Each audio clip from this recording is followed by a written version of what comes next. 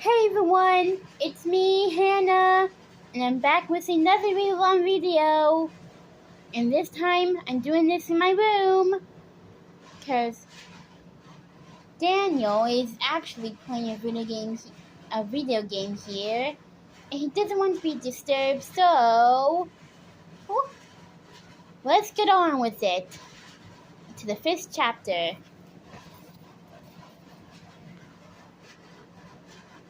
Chapter 5.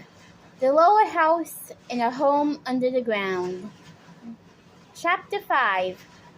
The Lower House in a Home Under the Ground. Toodles stood like a conqueror over Wendy's body when the others ran from the trees. You're all late. I've shot Wendy. Peter will be so proud of me, he shouted. Slightly was the first to speak. This is no bird, he said in a scared voice. I think this must be a lady.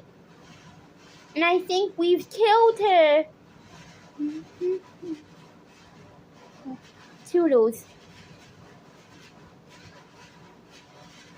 Toodles, his mouth open with shock, began to tremble. The boys took off their caps. Peter was bringing her to us. And you killed her, said Curly. Oh no.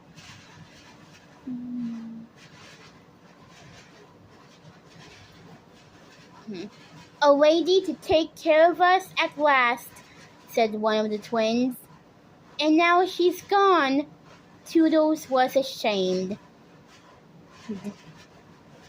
now and started walking away.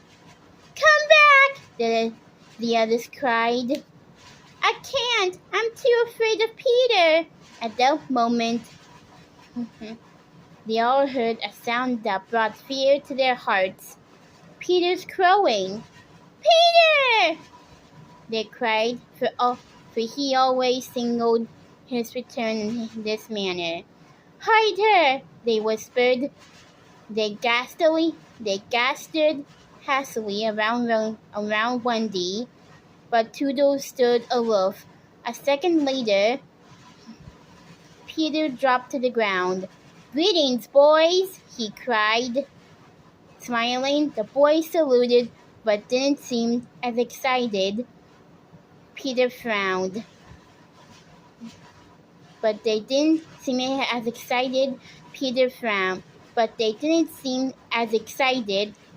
frowned. I am back, he said hotly. Why do you not cheer? Before he gave them a chance to reply, he quickly told them excitedly that he had brought along a mother to look after them. Have you not seen her? Asked Peter. She flew this way.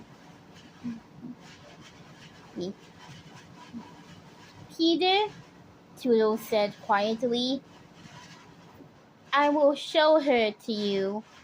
And when the others would have still hidden her, he said, Back, twins. Let Peter see. They all stood back and let Peter have a look. Have a look at her. Peter noticed the arrow that had struck her. He picked it up. Whose arrow is this? He growled. Mine, Peter, said Toodles, who had gone down on his knees. Peter was going.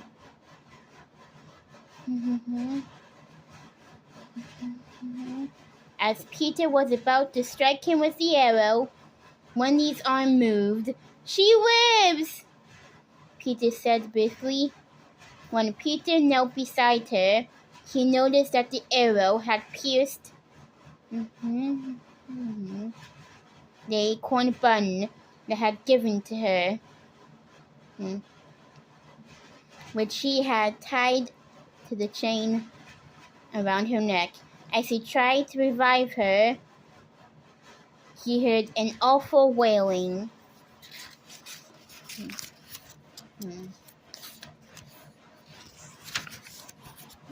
"That's Tink," said Curly. "She's crying because Wendy lives." Then the boys told them about Tinkerbell and what she made them do. And they never saw him looking angrier.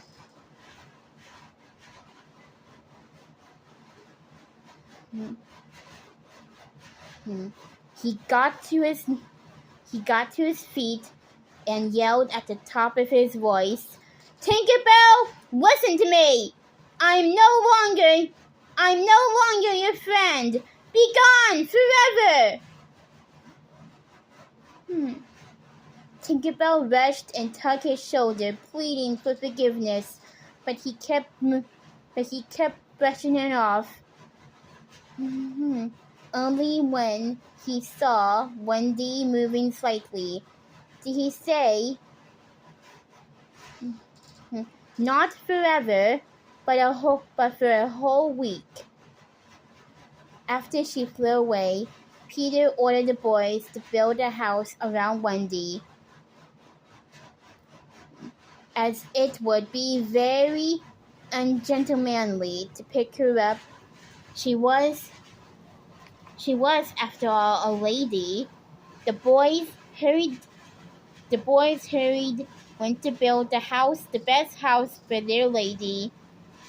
As they were leaving, John and Michael appeared, and when they saw Wendy on the ground, they asked Peter if she was sleeping. When Peter replied that she was, and that he and the Lost Boys were building a house for her, John said snobbishly, "Whatever."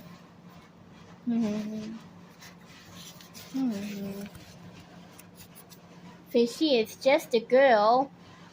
"That," explained Curly, "is why we are her servants." "You? Wendy's servants?" "Yes," said Peter. "And you also away with them." "Yes," said Peter, "and you also away with them." The surprised brothers were dragged away to work and toil after a long time. One of the boys came to check on Wendy. He cried out, "She's moving, Peter!" By the time she woke up fully, the house was completely ready. "Where am I?" Wendy asked. "Lady, we built this house for you," Slightly said proudly. "What a lovely, darling house," Wendy said, and they were the very words the boys had hoped she would say. "And we are your children," said the twins. With that, the boys went on their knees with their arms outstretched. "Oh, Wendy, please be our mother." "But I am only a little girl. I have no real experience," Wendy said, taken aback. "It doesn't matter. All we need is a nice motherly person," said Peter. "Well, I know I am that," smiled Wendy. "We know!" cried the Lost Boys. "We saw that at once." "Very well," she said. "I will do my best. Come inside at once before I put you to bed. I have enough time to finish the story of Cinderella." So in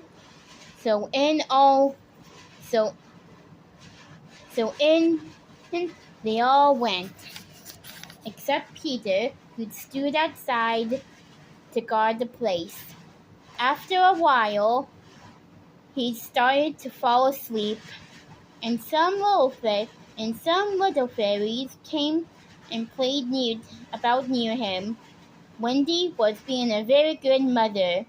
The wicked pirates had slyly baked a poisonous cake for the boys, but Wendy snatched it away before anyone could eat even a bite and saved the boys.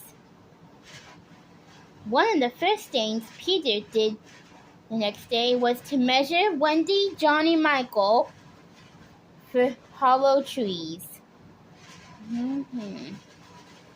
Wendy and Michael fitted their trees at the first try, but John had to be altered a little. They grew to love their home under the ground, especially Wendy. Peter, along with Wendy, invented a new game that did not involve adventures, like sitting on stools, flinging balls in the air, pushing one another. To see Peter sitting, doing nothing, on a stool was a great sight. Imagination and make-believe.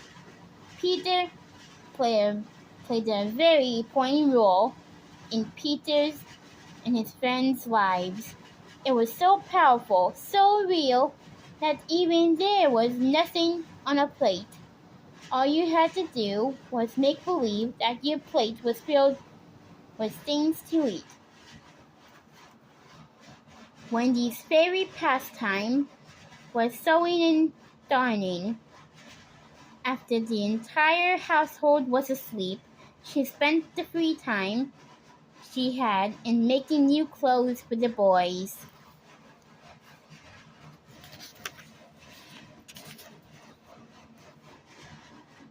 The pet wolf Wendy had dreamt of very soon discovered that she was on the island and it followed her everywhere. Well, I guess that's all for this chapter. Tune in next time when I read you more, the rest of the 6th chapter, and the rest of the story, and I'll see you all next time.